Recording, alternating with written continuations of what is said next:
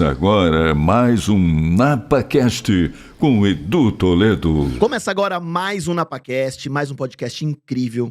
Eu particularmente pedi muito para ter esse bate-papo. Falei com a Luísa, falei com todo mundo, falei, eu preciso de um bate-papo.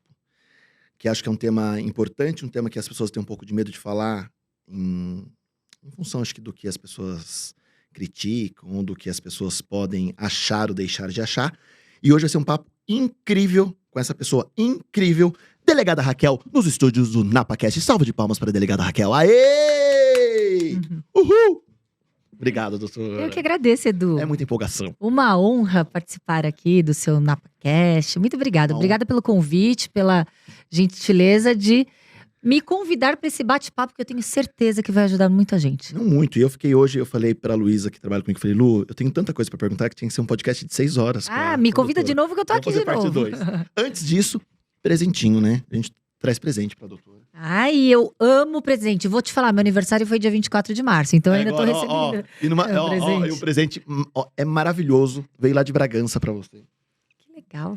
Chocolate Nicolate. Ai, obrigada. Te mandou essa época de Páscoa. Chocolate Nicolate. Mandou, Vou mostrar. mandou trufa, pão de mel, bombons. Ai, que E é delícia. maravilhoso. Eu abro aqui pra mostrar? Não fica, não precisa. Leva quiser, eu bonitinho. abro. Não, tá linda a Não? embalagem. Pode ficar tranquila. Olha, muito obrigada. E esse chocolate não vende no Brasil todo, só vende lá. É realmente um mimo pro nosso convidado. Nicolate, obrigada Edu, obrigada Nicolate. Amei, eu amo chocolate. E o nosso presente mais inusitado, que as pessoas gostam muito, né, Lu? É muito inusitado. A gente tem um parceiro que faz campos de futebol, society, campos de futebol no Brasil todo. Inclusive, estão inaugurando o estádio no Rio agora. Eu vou falar de novo, sabe que é o estádio de Botafogo? Eu sempre me confundo. Eu me confundo. Que é a Total Grass. E eles te mandaram quase um campo de futebol. Mas eles te mandaram um tapetinho de grama artificial. Que lindo, vou deixar na porta da entrada da minha casa. É um tapetinho de grama artificial. É lindo, é lindo, é lindo. Que show, A gente fala que é um presente inusitado, porque as pessoas falam, nossa, eu ganhei grama artificial, né? Muito legal, amei.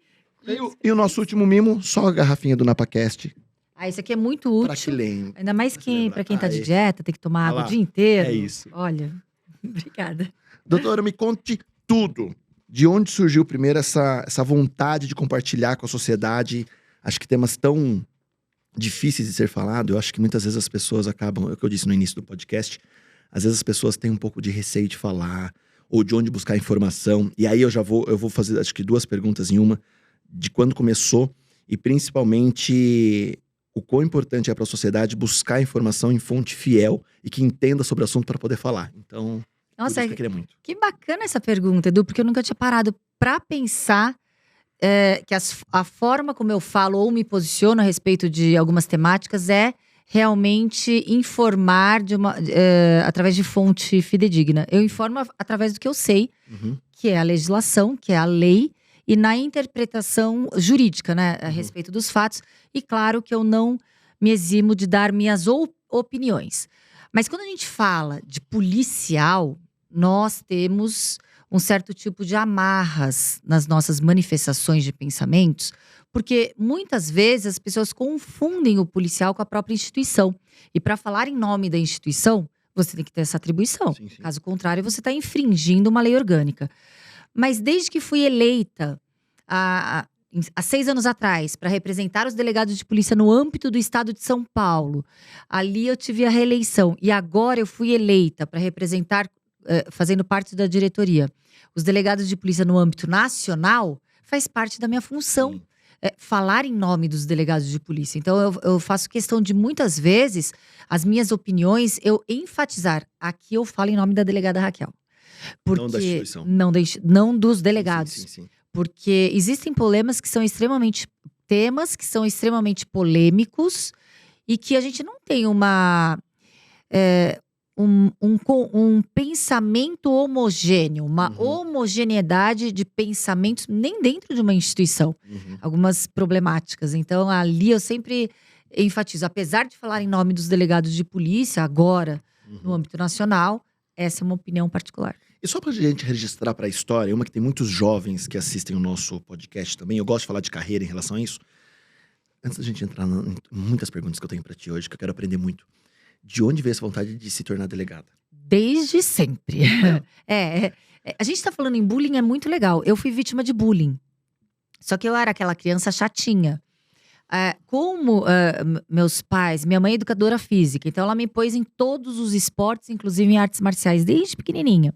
Então eu era aquela vítima de bullying, mas sabe aquela criança ardida? Então não vai ter como agredir fisicamente ou mesmo verbalmente, porque teria uma reação.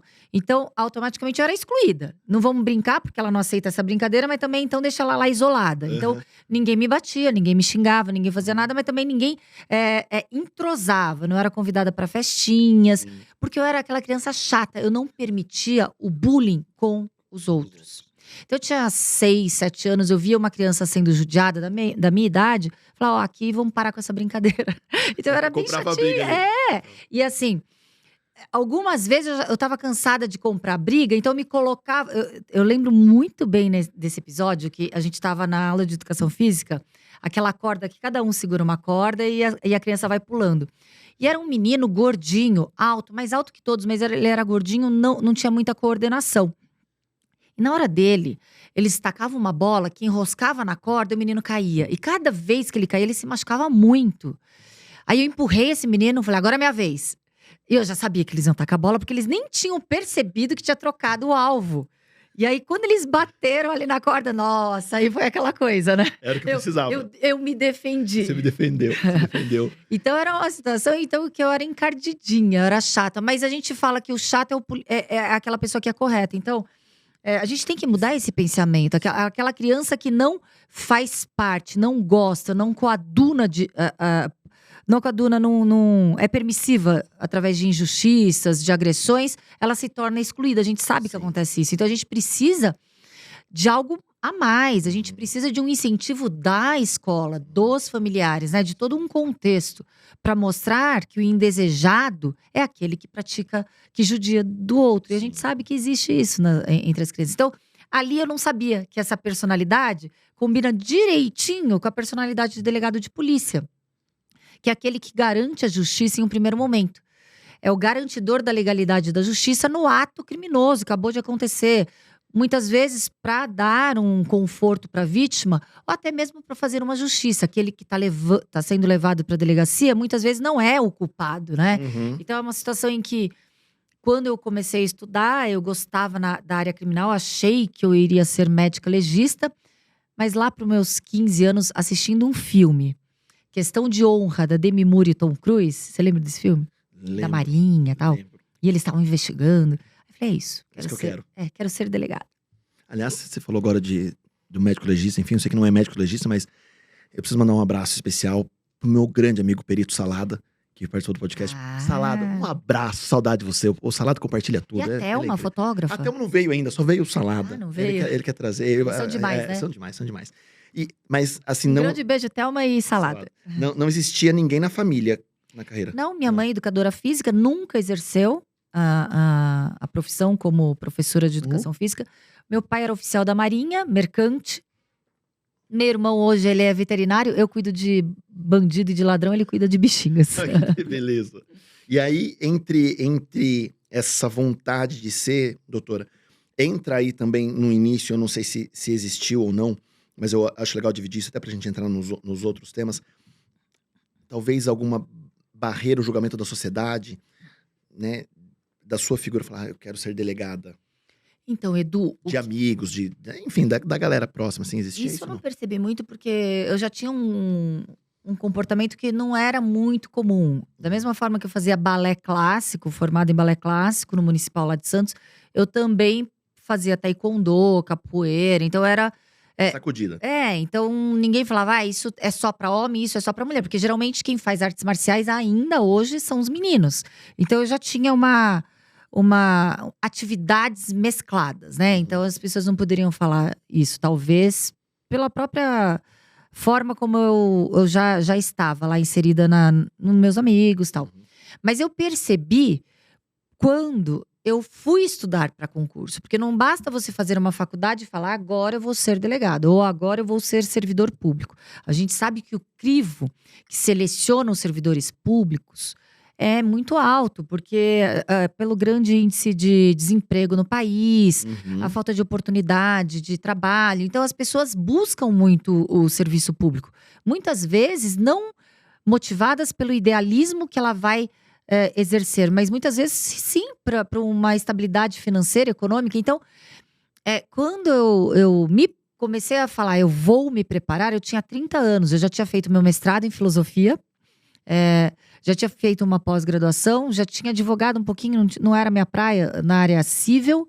E aí eu falei, bom, agora eu vou estudar para concurso, vou entrar, vou parar para estudar. E aí eu recebi algumas críticas, talvez de pessoas que não tivessem essa…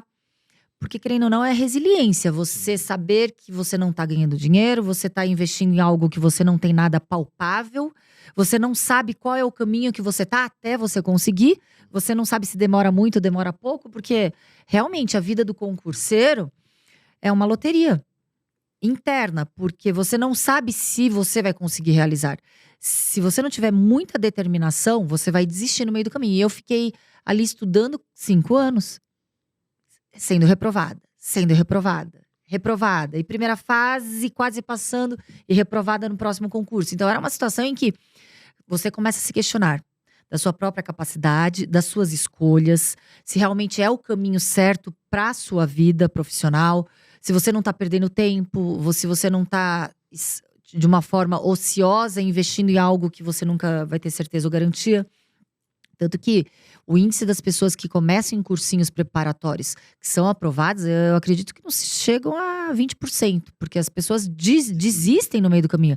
Também por outros obstáculos, principalmente financeiros, familiares, né? E ali, as críticas que eu recebia, eu lembro muito bem uma colega que ela também almejava um concurso público, mas uma carreira de direção, não uma carreira de assessoramento.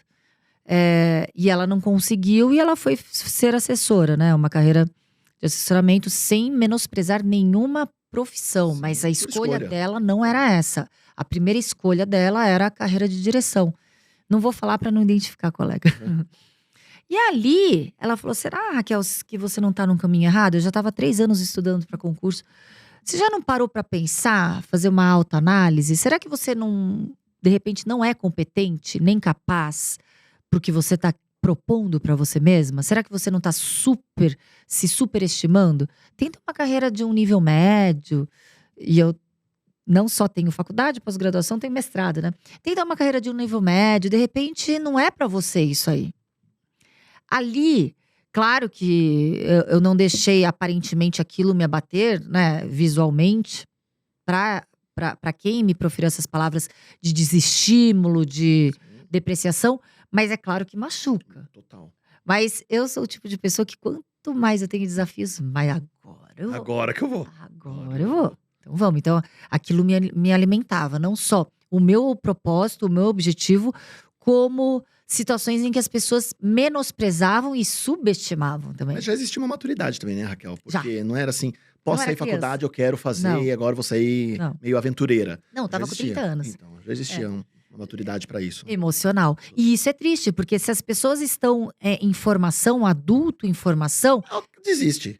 Se sente abatido com esses conceitos cruéis que são impostos goela abaixo em você. De repente, a pessoa se refletindo em você, né? Sim. E aí, por curiosidade, como que funciona esse processo entre passar no concurso, não sei se existe um curso, assumir o cargo e te colocar em alguma delegacia e primeiro dia de trabalho? Quanto tempo demora tudo isso para acontecer? Tá, vou falar aqui no estado de São Paulo. Infelizmente, aqui no estado de São Paulo não existe uma regra. Deveria estar delimitado no edital, não está. Então, o edital tá ali, abertura de concurso, o número de vagas, o conteúdo programático, né? O edital, ele tem ali… A lei do concurso público é o edital. O que você tem que estudar, o que você vai ser indagado, arguído ali para necessário para você poder ser aprovado naquele concurso. Mas ali as etapas do concurso, que são… Primeira a fase objetiva, aquela de xizinho. A segunda dissertativa. A terceira fase oral. Psicotécnico. Psicossocial. Também a física. Não tem ali delimitado. Aqui em São Paulo, as datas. Algo que eu acho extremamente errado e dá margem uma elasticidade absurda e que prejudica aquele que está prestando concurso. Sim. Porque em outros estados, ou até mesmo no âmbito federal, você tem exatamente a data. Olha, tal dia vai ser a data da prova objetiva, Tem oral. um começo, meio e fim, né? Sim. E aqui Não. tem concursos que demoram 4 anos até o final desse Nossa. concurso. O meu foi rápido. O meu concurso foi em 2011. Eu tomei posse em agosto de 2012. Foi bem rápido. 8 meses por aí. Mas tem concursos que demoram 4 anos quase para prescrever. E como é chegar na delegacia pela primeira vez? Ah, não, desculpa. Eu não falei como é. Depois de aprovar, Isso, né? isso. Depois de ser aprovada, você faz uma academia de polícia. A minha demorou 3 ou 4 meses. Tem academia de polícia que demoram 12, ou seja, sem um critério Também. objetivo também é no achômetro. E aí a escolha de vagas de acordo com a colocação na academia de polícia, que também é subjetivo, porque não são os professores para todas as turmas. Então, tem professor que é muito rigoroso, tem professor que é muito ok. Então, você ali, para ter um parâmetro, você tinha que ter todo o parâmetro ali de avaliação. Então, os alunos são avaliados de acordo, os delegados, né? No caso, em formação, são avaliados por professores diversos. Então, eu fiquei entre 200, eu fiquei na centésima colocação. E ali me restaram só as delegacias da periferia, Zona Leste, Zona Sul. Escolhi o fundão da Zona Leste e amei. Claro que a distância, eu morava aqui na Paulista, próxima à Paulista, era bem longe. Mas quando você tem um propósito, você muito. sabe o que você quer, você não é indiferente. Você vai ser delegado nos Jardins ou na Zona Leste, você está cumprindo a sua missão. E aí eu me deparei, não tive muitas surpresas. Eu acho que talvez é o que você falou, a maturidade, né? Eu já não entrei, já tinha advogado, já tinha uma vivência, assim, pessoal. Você lembra do seu primeiro caso? Eu lembro do caso, o primeiro caso que saiu na TV, que foi a invasão do centro de treinamento do Corinthians. Você, que time que você torce? Corintiano. Então você vai lembrar. Em 2012. Você lembra? Que teve uma invasão, acho que em função de como o time tava Você lembra? se comportando. Tinha o Itaquerão novo, aí tinha o centro de treinamento, aí a torcida organizada quebrou alguns objetos, furtou alguns objetos, ameaçaram os jogadores. Você lembra disso? Eu lembro dessa fase. Eu não tava lá, tá?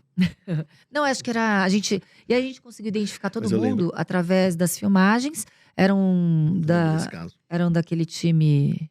Não, era daquela torcida organizada. Bom, esqueci. Torcida organizada Uhum. do Corinthians. Um caso que deu muita repercussão. Eu tinha 2 meses de carreira. Eu falei, ai, não quero dar entrevista, pelo amor de Deus. Não é isso. Por quê? Porque quando você dá entrevista, você está se expondo.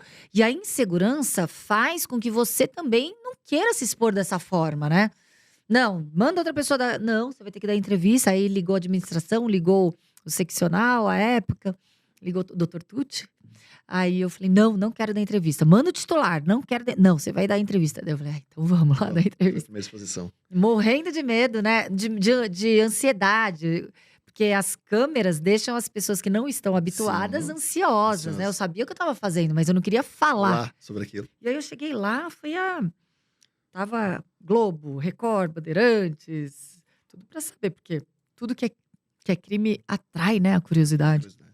E aí, um monte de. Eu lembro que saiu de forma reprisada no Esporte Espetacular, Globo Esporte. Nossa, ficou a semana toda saindo. Eu tenho até hoje esse videozinho. E foi a primeira vez. E Raquel, me permita essa pergunta também, que eu acho que é importante. A gente vê muito, por exemplo, em vários cursos no Brasil, não existe uma preocupação em formar esse profissional como líder. Por exemplo, curso de Direito. E eu brinco sempre com isso com os meus amigos de Direito, falo, como pode, né, dentro de uma grade curricular de um curso de Direito, você não ter uma disciplina de gestão de pessoas? Porque normalmente, se você vai advogar, você vai ter seu escritório de advocacia, você vai ter que liderar um time de advogados, estagiários, que for. Se você for concursado para ser um tabelião de um cartório, um delegado, um juiz, você vai ter também que liderar. E aí, quando a Raquel entra numa delegacia para liderar um time de investigadores, escrivão ou escrevente que fala? Escrivão, enfim, outros profissionais. Como que é também aprender também esse processo de liderar uma equipe para que execute um bom trabalho e entregue um bom resultado? Porque eu acho que deve ter um gap absurdo nisso, né? Uma Edu, dificuldade, né? você sabe que eu acho isso um grande problema na nossa instituição, porque o delegado nada mais é do que o presidente daquela equipe, não só da investigação do Sim, inquérito. de tudo, né? O delegado ele atrai a responsabilidade de algum ato cometido de forma errada, né, mesmo de forma culposa, por quem está naquela equipe, porque as ordens são do delegado. Então, mais do que dar ordens, é atrair toda a responsabilidade naquele contexto. E se você não tem uma equipe coesa, uma equipe que está junto ou respeitando aquele que é o presidente daquela equipe, que comanda aquela Sim. equipe, claro que vai dar errado. Então, é uma situação em que, para mim, foi algo inato. Ninguém me ensinou, foi me colocar no lugar como eu gostaria de ser tratada naquela situação. Foi tratar também a equipe como adultos e responsáveis por suas atribuições, sem entrar na esfera de depreciar o trabalho, porque ali a subordinação de todos é para o Estado e para a população. O que muitas pessoas confundem no setor público é achar que aquele servidor é o seu empregado. Não é. Não é. Aquele servidor, ele tem uma função pré-estabelecida legalmente, e a função do delegado nada mais é do que atrair para si a responsabilidade daquilo que ele vai comandar. Então, escrivão, você vai exercer tal tarefa dessa forma. Eu não tô ali para ensinar o escrivão. Investigador, eu quero esta tarefa cumprida, eu não tô ali para ensinar. Cada um sabe da sua Seu tarefa. papel. E o que eu vejo algumas vezes são situações inábeis, né? De pessoas se confundirem ali de qual é o seu papel. E se você delibera, automaticamente você tem que saber o que você está deliberando. Não basta você falar, você tem que saber fazer, executar. Então, foi algo muito… Tem uma situação bem engraçada, né? Eu tava de salto alto, escarpã, igual eu tô agora. E a gente tava indo na Ticoatira, lá na Zona Leste. É uma favela, comunidade, né, que a gente fala. E a gente tinha que ver, porque era uma denúncia anônima de drogas ali. E aí eu falei assim, pode ser que esteja ali no telhado, porque a denúncia anônima era que as drogas estavam no telhado. A casa estava ali e o telhado estava meio que externo, assim. A gente não precisava nem de mandado, estava externo pra rua. Aí eu falei, vai lá, pega lá. Eu falei, não dá, doutora, imagina. Não tem como. Olha ali, é alto o negócio. Eu falei, que mané alto o negócio? Sobe ali e vai. Aí eu peguei e fui de salto, subi e peguei o negócio. Ó, se eu pego vocês que são… Não sou machista nem feminista. Aliás, sou um pouquinho mais feminista, né? Mas ali eu dei uma… Eu que sou mulher, eu fui aí. E aí? E aí eles teve um que caiu, machucou o joelho. Aí… Mas é assim, é uma brincadeirinha, mas é isso. Se você quer que a sua equipe execute, você tem que dar o exemplo. E da mesma forma que as pessoas, a sociedade às vezes julga de qualquer profissional dentro de uma área pública por ser concursado, deve entregar algo, ou tem concursado que faz corpo mole. Não, no mercado privado é a mesma coisa. Eu sempre falo isso, né? A gente tem a figura de um funcionário numa empresa privada que faz corpo mole, e também temos concursados que fazem corpo mole, mas as pessoas generalizam muito os extremos muito. e acabam jogando mal a forma que é conduzido isso, né, doutora? Até porque o que acontece no setor público? Se exige um trabalho de excelência com falta de estrutura. Eu vou falar o recorte das polícias civis, não só aqui no estado de São Paulo, mas no Brasil, porque hoje é a minha missão falar em nome dos delegados de polícia no âmbito nacional, pela Associação dos Delegados de Polícia do Brasil. Sou diretora. O que a gente vê quando nada deu certo na esfera da sociedade, seja educacional, familiar, vai parar numa porta de uma delegacia. E ali tem que ser resolvido em 2 segundos. O problema é que, como resolver em 2 segundos uma investigação, uma situação em que muitas vezes pode ser até não criminal, se você tem um déficit de policiais, uma falta de estrutura de maquinários, armamentos, tecnologia, a estrutura predial. Edu, qualquer delegacia do Brasil, quando você vai, em sua maior parte, ela está despencando. E esse é o retrato do descaso com a segurança pública da população.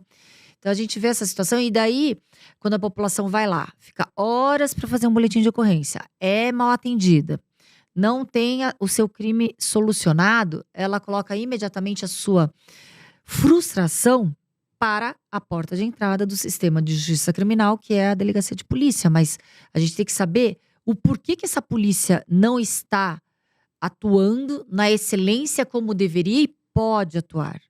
Por falta de estrutura. Ainda mais nos tempos de hoje, que o imediatismo e o tempo de resposta querem para ontem. Exatamente. Né? Então, eu vejo que talvez há 20, 30 anos atrás, nós talvez iríamos numa delegacia e talvez não sabia muito o que conduzir para fazer um boletim de ocorrência de sei lá, de qualquer coisa. Hoje não, hoje a pessoa faz uma pesquisa no Google, ela já busca tudo, né? Ela acha que tem a informação e talvez ela até já tenta chegar um pouco mais preparada para uma conversa e quer para agora, Que é né? pra Não quer ontem. esperar, não quer Não. esperar, não quer esperar. Não, e é triste porque a gente não tem policiais que trabalham, a maior parte no lugar de 4 ou 5 policiais, um excesso de demanda. Nada justifica o mau atendimento ou a falta de educação. Mas a gente sabe que existem outros obstáculos ali para a população ser bem atendida. Não é simplesmente a má vontade de alguns policiais, né? Uhum. E dentro disso, doutora, por mais que a gente tenha tanta tecnologia, tanta inovação, tantas coisas acontecendo, novas políticas públicas, enfim, pensando na parte dos crimes, que é onde eu queria entrar agora, e pelo que eu vi no seu Instagram também, que eu vasculhei um pouquinho, investiguei um pouquinho, Uhum. ainda coisas que a gente acha que não existem mais em tempos atuais, principalmente exemplo como a violência da mulher ou o sequestro emocional, que eu li e achei muito incrível a entrevista. Eu não me recordo qual foi a mídia que... Foi o principal jornal de Bauru. De Bauru. Eu fui visitar, eu fui na OAB, visitar a OAB local de Bauru. E até convidei a Patrícia Linares para participar desse bate-papo com as advogadas. Eu achei incrível esse termo sequestro emocional e me surpreendeu. Eu inventei, eu não faço parte do RH. Será que tá errado esse termo? Não, mas ficou muito bom. Ficou muito bom no sentido, né, que me chamou a atenção e principalmente de entender que ainda com todo esse avanço de comunicação, esse avanço de informação, de tecnologia, ainda existe essa violência velada, digamos assim. E eu queria entender um pouquinho disso, principalmente em relação a canais de denúncia, o quanto, acho que não sei se foi ano passado, não sei quantos anos fez a Lei Maria da Penha, acho que foi, não sei se tem algumas renovações ou não, mas o quanto ainda a gente acha que essas coisas não existem e permanecem existindo no nosso país, e as pessoas têm medo da denúncia, de falar, enfim. Edu, é muito interessante isso que você está falando, porque, aliás, a gente está fazendo um recorte, porque a violência psicológica, a violência velada, o sequestro emocional, que eu inventei essa forma de falar como as pessoas estão ali subjugadas, existe para homens e para mulheres. A gente está fazendo um recorte para mulheres, Sim, né? sim. Aqui. O que acontece? Os relacionamentos, quando a gente vê, eles se iniciam todos, sem exceção. Os relacionamentos que podem ocasionar a agressão contra a mulher, em um contexto doméstico e familiar, eles se iniciam como um conto de fadas. Então, tem alguns fatores. Aquela mulher que está carente por um amor, por alguém que faça companhia, que cuide, que proteja, que seja parceiro e etc. E aquele que que busca o seu alvo. Porque eu acredito que aquele que busca alguém para depois machucar moralmente, psicologicamente, fisicamente, ele tá buscando um alvo, né? É um criminoso que busca um alvo. Não é alguém que busca um relacionamento. E ali, aquele relacionamento começa muito rápido e parece ser tudo que aquela mulher precisava. Então, aqueles criminosos, eles buscam sim as presas suscetíveis a essa manipulação. E muito se fala na imprensa, em entrevistas, em vários locais, nos noticiários, que as mulheres elas ficam vítimas e subjugadas a essa violência doméstica e familiar e temem buscar ajuda pela codependência financeira. E eu ouso aqui discordar. Eu também. Porque pela minha experiência, muitas mulheres que sustentam esses agressores também têm resistência para terminar o relacionamento e mais. Reconhecer que é vítima e pior, denunciar. A gente teve um caso recente, de uns 2 anos atrás, de uma juíza que foi executada, assassinada na frente dos seus filhos pelo ex-marido. Ela dispensou escolta, ela dispensou uma proteção. E é uma juíza. A gente está falando em um Alguém operador... que tem conhecimento. Exatamente, um operador de direito que não só tem o conhecimento no âmbito teórico, mas prático. Ela é juíza e dispensou. Não só porque menosprezou a potencialidade lesiva daquele agressor, mas principalmente porque acredita numa mudança, acredita naquele conto de fadas inicialmente vivido. Então, quando a gente fala que a gente tende a resgatar essas vítimas, a gente quer ajudar essas vítimas, o obstáculo principal é o sequestro emocional, é a codependência emocional que eu correlaciono, até comparo com uma dependência química a drogas. A pessoa sabe que um dia vai matar, um dia ela vai morrer por causa daquilo, mas ela não consegue largar. Ou seja, cortar o mal logo no início. Não consegue. Então, muitas vezes, as pessoas, as mulheres vítimas de violência doméstica, no contexto doméstico e familiar, ela normaliza os atos de agressão e romantiza os atos de agressão. Ela fala, é porque ele tá muito nervoso, porque ele tá cuidando de mim, ele me protege, ele tem muito cuidado. Não é que é um cara controlador, maníaco, possessivo, não, ele tem cuidado, ele tá me cuidando. Então é aquela fantasia que é difícil desconstruir na mente daquela pessoa que busca um amor, né? E é muito cruel. Porque quem busca o amor acredita que aquele que está do lado porque ama, porque quer o bem. Imagina essa pessoa que ela acredita que quer o bem, dá um bofete na cara dela. A mulher, ela até fala, será que eu não mereci? Que é o que a gente vê, muitas vítimas se questionando se ela não deu ensejo, se ela não foi a causadora daquela agressão. É muito triste. E hoje a busca dessa mulher por ajuda, pensando no canal da polícia, ela tem que tentar buscar a delegacia da mulher ou indiferente? Indiferente. Mas, Edu, eu acho que o mais importante para essa mulher buscar ajuda, porque ela só busca ajuda, isso aí é uma estatística mundial, a ONU, na Comissão de Combate à Violência contra a Mulher no âmbito mundial, ela fez uma estatística. Que a mulher, quando vítima de violência doméstica, ela só busca ajuda depois da 7ª agressão sofrida. Então ela titubeia muito. Muitas vezes essa mulher que está sofrendo violência, ela não chega na 7ª agressão, ela é morta antes, no meio do caminho. Então é muito importante que a gente fale exaustivamente sobre a temática. Muitas vezes as pessoas, elas estão vivendo essa situação abusiva, mas elas tendem a acreditar que vai mudar. Não vai mudar. O que vai mudar é você sair de uma agressão de lesão corporal para virar uma estatística de um crime de feminicídio. Você vai sair morta, ao invés de machucada, com hematomas. Então é isso que muda. Então, a primeira agressão, cerceamento da sua vontade, o controle do outro, já é um indício de acabou o relacionamento. Perde a credibilidade, perde o respeito, né? E talvez, né, doutora, o que eu tenho visto também, eu acho que é importante falar, talvez essa pessoa que está nos ouvindo e sofre algo, está iniciando esse sofrimento perto disso, ou enfim, que talvez tenha um medo de procurar talvez um órgão da polícia para denúncia também, pode buscar uma força até com sistemas de saúde, com psicólogos, psiquiatras. Eu não sei nos outros estados, mas em São Paulo é muito comum falar o CRAS, CAPS da vida, enfim tal, para que também um profissional da área de saúde também conduza isso com essa pessoa, com essa vítima, de como ela conduzir e se cuidar psicologicamente para conseguir ter uma capacidade de resiliência, no sentido de eu fujo desse mal, mas eu também consigo encarar a vida por uma outra forma, né? Porque é difícil, né? O que eu vou falar aqui, eu não quero que as pessoas interpretem que eu estou dando uma corresponsabilidade para a vítima. Não é isso.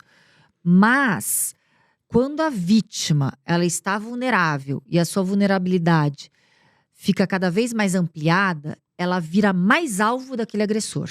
Então, antes mesmo de um pedido de ajuda para a polícia, o mais eficaz é um pedido de ajuda psicológico. Porque nada adianta essa vítima buscar a polícia, conseguir uma medida protetiva de urgência, mas pelo primeiro telefonema, ela fica elástica e complacente com aquele agressor. Então, ela tem que se conscientizar como vítima de agressões para saber que aquilo não é normal, aquilo não é permitido. Então, é um trabalho psicológico, é um trabalho que ela depende, sim, da família, dos amigos, do entorno dessa vítima.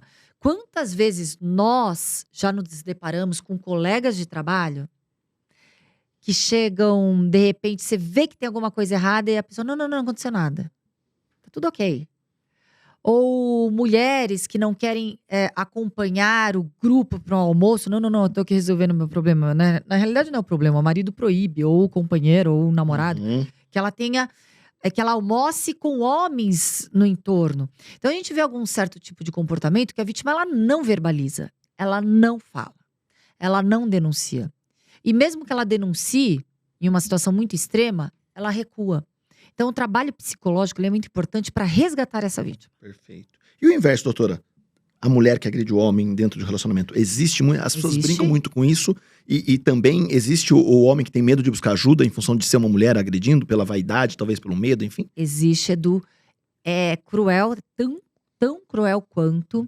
Até mais, porque o homem, o inconsciente coletivo diz que o homem é a fortaleza, a mulher é a frágil. Então, para o homem não combina o papel de vítima.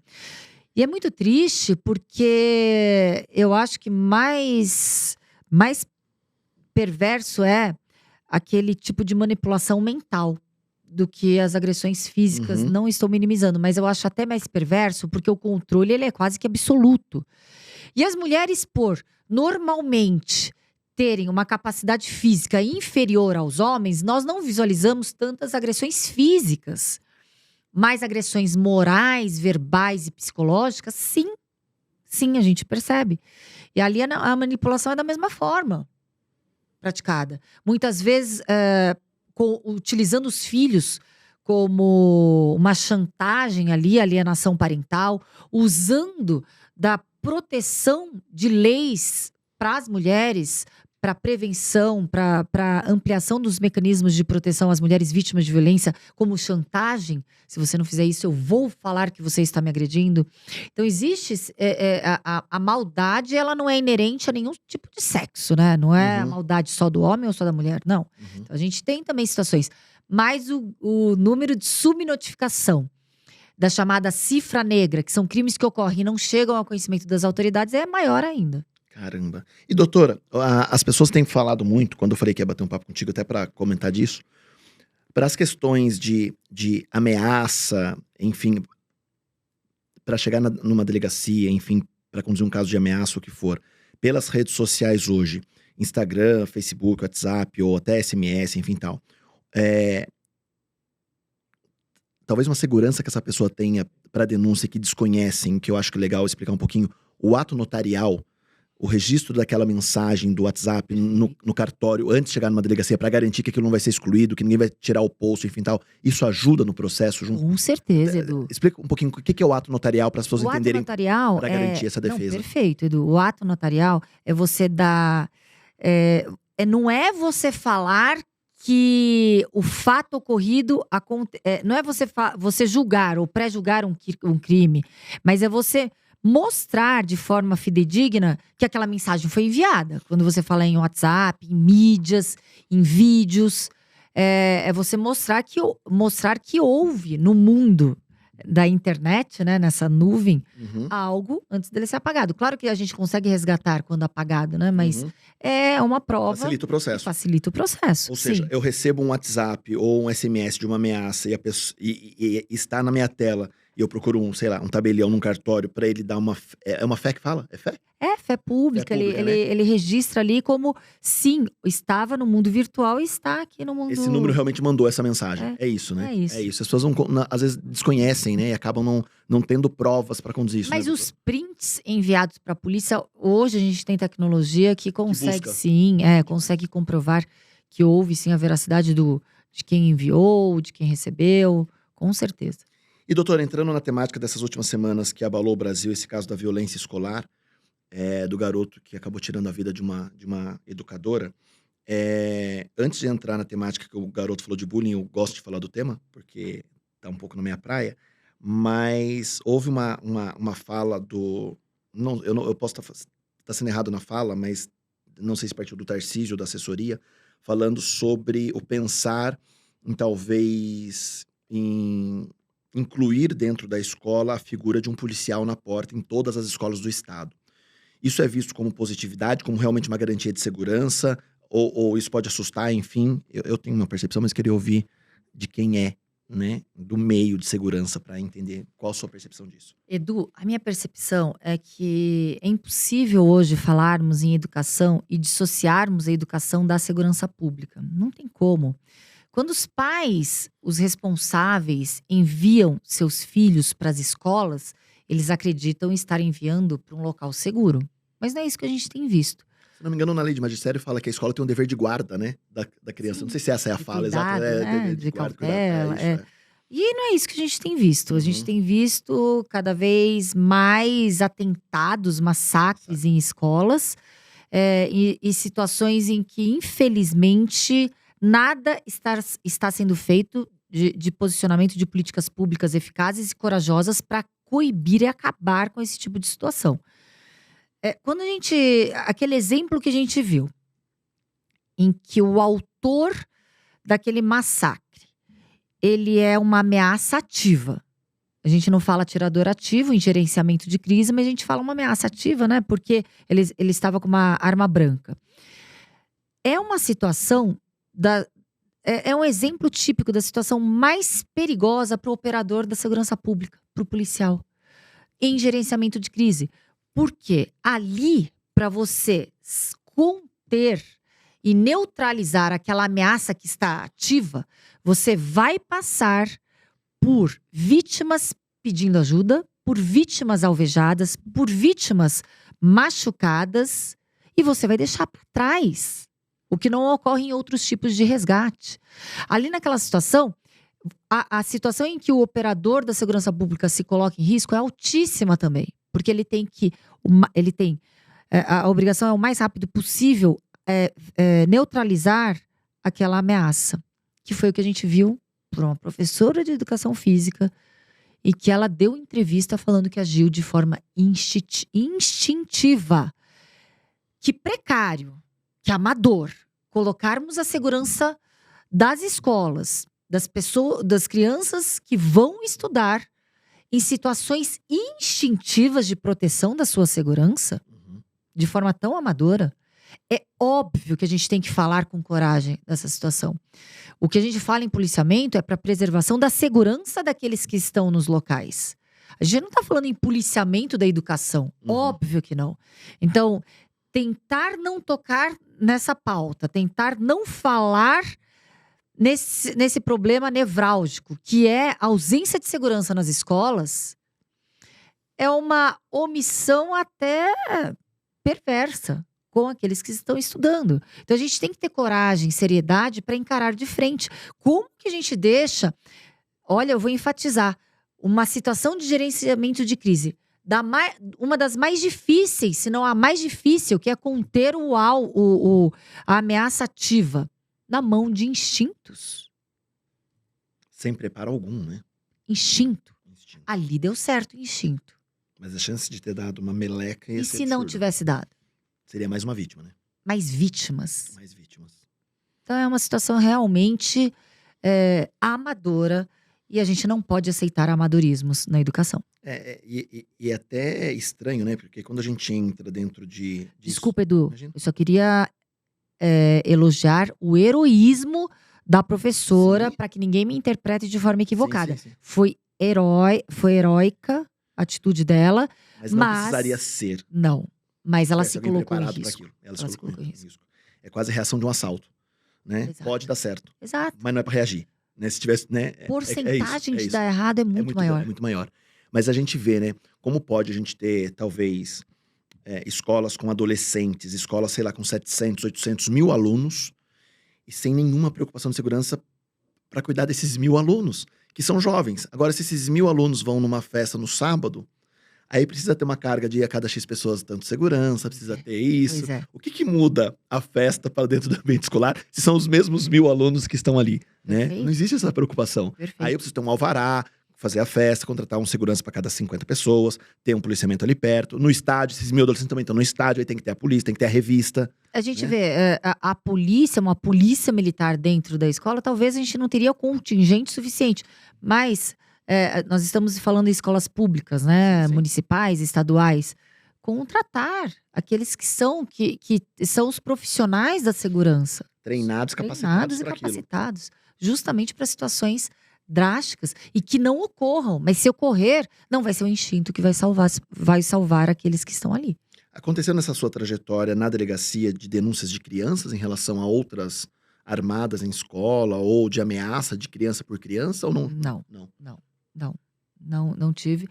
Essas situações, elas estão ocorrendo de forma mais frequente, né, hoje em dia.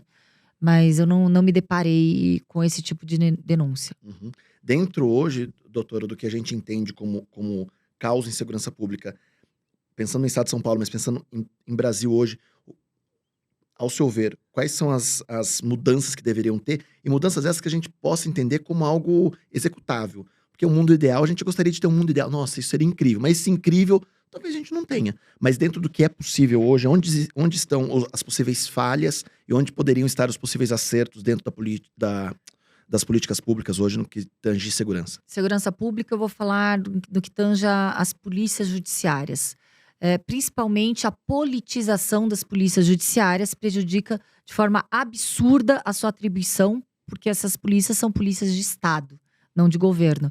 A partir do momento em que a vulnerabilidade para ingerências políticas sejam praticadas nas instituições de Estado, que são as polícias judiciárias, a gente vê que muitas vezes a sua atuação ela fica realmente prejudicada. Ou porque politicamente não é interessante que certo tipo de crime seja investigado, ou porque, de forma midiática, vamos solucionar um problema de forma rápida e midiática. Então, a gente percebe, até mesmo na direção das instituições de Estado, o critério preponderante para que a gente tenha dirigentes ali nessas instituições não é a competência nem a capacidade. Não falando que eles não têm hoje.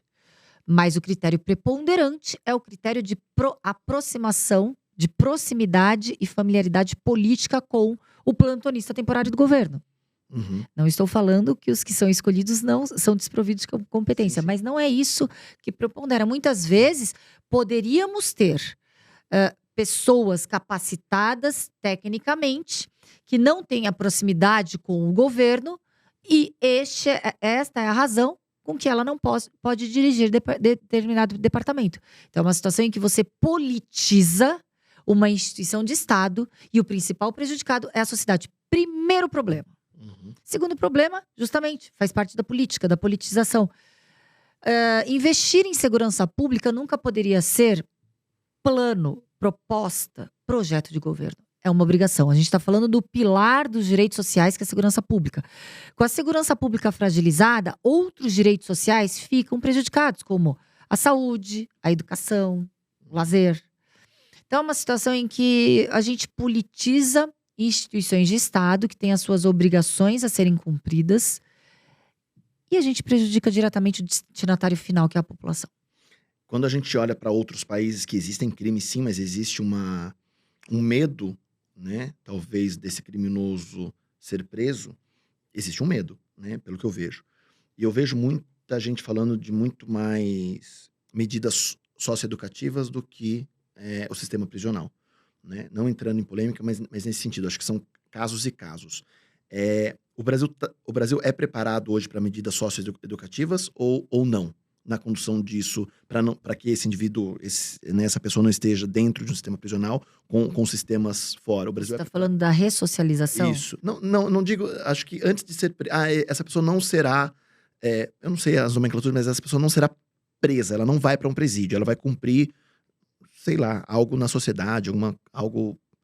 É que eu tenho um olhar, também por fazer parte do sistema de justiça criminal, eu tenho um olhar em que se alguém comete um crime, ele tem que ser punido pela prática do crime. A ressocialização, a reinserção no contexto social, né, num contexto Pode ele cumprir isso. Eu acho que faz parte de outras esferas. Sim, a minha sim. esfera é a certeza do castigo para aquele que praticou o crime. E hoje a gente não tem. A gente vê que o que tem é a certeza da impunidade, Uhum. até como incentivo para a prática de crimes. Como funciona? Hoje não está funcionando. A gente está.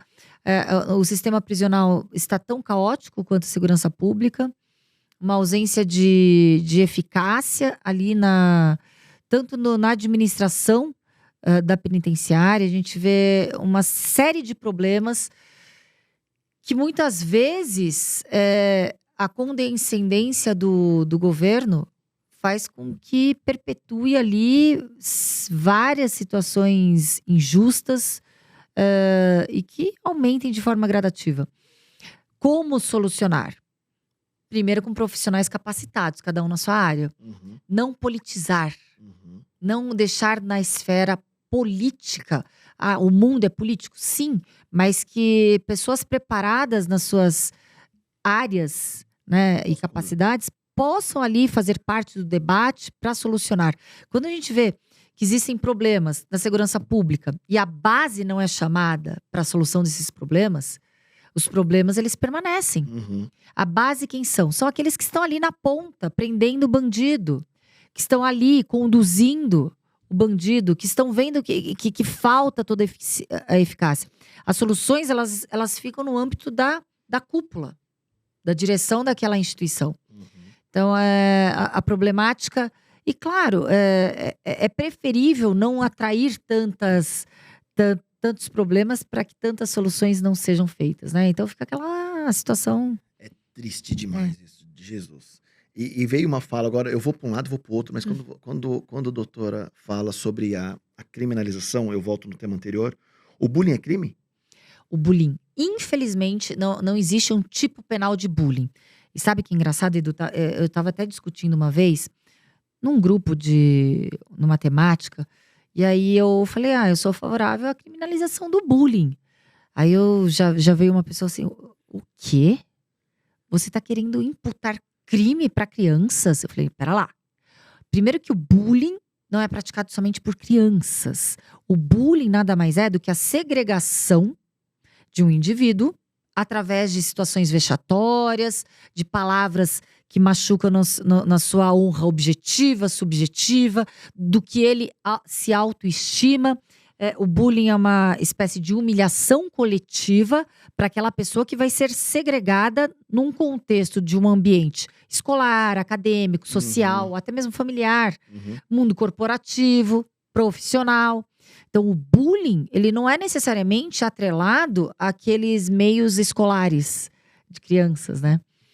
E quando a gente não tem uma criminalização dessa situação, nós temos que nos recorrer para outros tipos penais para responsabilização daqueles que praticam atos de bullying, como uma violência psicológica, se for mulher, um crime de perseguição, um crime contra a honra, Difamação, essas coisas. difamação, injúria. Então é uma situação em que, infelizmente, não temos. Teríamos que ter urgentemente. Alguns projetos estão no Congresso Nacional. E principalmente, porque a gente sabe muito bem que a criança e o adolescente não pratica crime, mas eles praticam atos infracionais correlatos a crime. Então, um menor, uma criança ou adolescente que estivesse praticando um bullying com seu coleguinha na escola, claro que criminalmente ele não responderia, mas um ato infracional correlato, sim. Num caso como desse do garoto que esfaqueou a professora, ele responde como o quê? Ato infracional correlato com homicídio hediondo, né? E no caso do Estado de São Paulo, são as fundações Casa, que é provavelmente para Sim. onde ele seria direcionado. Sim, exatamente. E aí, quando ele completa 18, ele 3 anos ou ele pode ficar até os 21 anos. Ele tem uma avaliação periódica a cada 6 meses, comportamental. Então é realmente diferenciada a forma. Mas num caso desse, doutora, o mesmo caso, se fosse praticado por um adulto Ah, ou pena. por... A pena é bem diferente. É bem diferente. É bem bem diferente. diferente. É bem diferente. Que E o coisa. pior, enquanto menor e adolescente, ele não tem a reincidência de um crime, né? Porque é um ato infracional. É um ato infracional. Ou seja, zera. Zero. Zera. Que coisa, não? Luísa, que coisa, Luísa. Viu? É isso que a gente precisava entender. Eu acho que muitas vezes a gente tem uma dificuldade, nós latinos, eu falo muito disso, de cumprir a regra, né? Quando a gente vê a lei, a regra, é muito em função de punição, né? Se eu respeito talvez alguma regra, alguma lei, mesmo que seja uma regra doméstica, é com medo da punição, e não da prevenção, e não da consequência daquilo, né? Eu sempre faço a mesma analogia, vou fazer novamente, né? Eu não uso o cinto de segurança para me proteger, eu uso porque eu guardo a multa. Eu não respeito velocidade nas rodovias porque eu acho que é saudável. Não, eu respeito porque tem um radar que fala que se eu passar de 110 ele vai me multar, vai me autuar, né? A pessoa Não bebe, não bebe. porque não é porque vai Não, matar. porque agora tem bafômetro, e, né? Eu posso perder minha carta por 2, sei lá, por X anos. Então, é muito em função da punição. E as pessoas não veem como o seguir a regra para manter dentro de uma sociedade Infelizmente. ok, né? E o quão difícil é isso, né, doutora? Eu acho que cada vez mais as pessoas estão mais displicentes em relação ao cumprimento de regra, de norma, de lei, acha que pode tudo, acha que podem fazer da maneira que querem, e acho que por isso que a gente está vivendo esse caos que a gente está vivendo na sociedade. Né? E o pior é que, assim, quando a gente percebe das delegacias das periferias, a pessoa se direciona até a delegacia, claro. Ninguém vai numa delegacia para comemorar ou festejar nada, mas existe uma orientação, até ali existe mais uma compreensão da autoridade de um Estado através dos seus policiais. Mas quando a gente vê em delegacias em locais não tão periféricos, já teve uma situação em que você está falando de burlar leis e normas, né? Da mesma forma. Ali na tipificação eu falei assim: olha, meu senhor, isso não é um fato típico, antijurídico e culpável, não é um crime. Então, por favor, aqui nós não iremos. Não é da esfera da polícia judiciária a sua situação. Procure um advogado no âmbito cível, ou até mesmo um cartório para registrar esse feito, uma ata notarial, etc. Eu sou o fulano de tal, eu sou amigo do ciclano de tal. Assim, parabéns, pode ter certeza que isso não irá o prejudicar mais ainda. Pode ficar tranquilo. Como é difícil, né? Porque ele quis se sobrepor falando assim: eu sou o amigo do fulano de tal. Tudo Que bem, ótimo. isso não vai te prejudicar mais. Parabéns por sua amizade. Não, você não vai sair mais Vai. prejudicado por ser amigo de fulano de tal. Aí a pessoa, opa, então é uma situação em que as pessoas elas acham que o sistema ele foi feito para ser burlado, que a lei não é para todos. É bem bizarro Bem mesmo. bizarro. E é o mais difícil ainda, é com que a gente consiga, talvez, disseminar um pouco mais isso e cada vez mais trazer temas como esse. Doutora, foi 1 hora de bate-papo, parece que foram 10 minutos. Nossa, você vai ter que me convidar algumas outras Tem que vezes. ser 3, 4 vezes. Ô Lu, sabe o que a gente podia fazer? A gente podia, porque é a primeira vez que a gente tá falando disso aqui no podcast. E pra quem tá ouvindo, a Lu é a nossa pessoa que cuida das pautas, enfim. A gente podia fazer quase que uma série com a doutora sobre temas específicos. Eu acho que uma próxima etapa, vamos falar só disso. E talvez trazer até alguns convidados, enfim, pra gente bater um papo. Ah, é junto. bem legal. Eu Porque posso eu chamar também, viu? Eu acho incrível. Porque fluiu muito, foi assim. E eu queria falar mais 2 horas.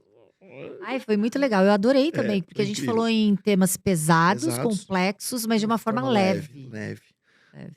Delegada, muitíssimo obrigado. Aí eu que agradeço, Foi Edu. incrível, foi Amei. incrível. Amei. Quem gostou, compartilha, curta, comenta. Envie aqui sua sugestão de um próximo tema com a delegada Raquel, que vai existir. E vai ser logo, porque eu adorei o bate-papo.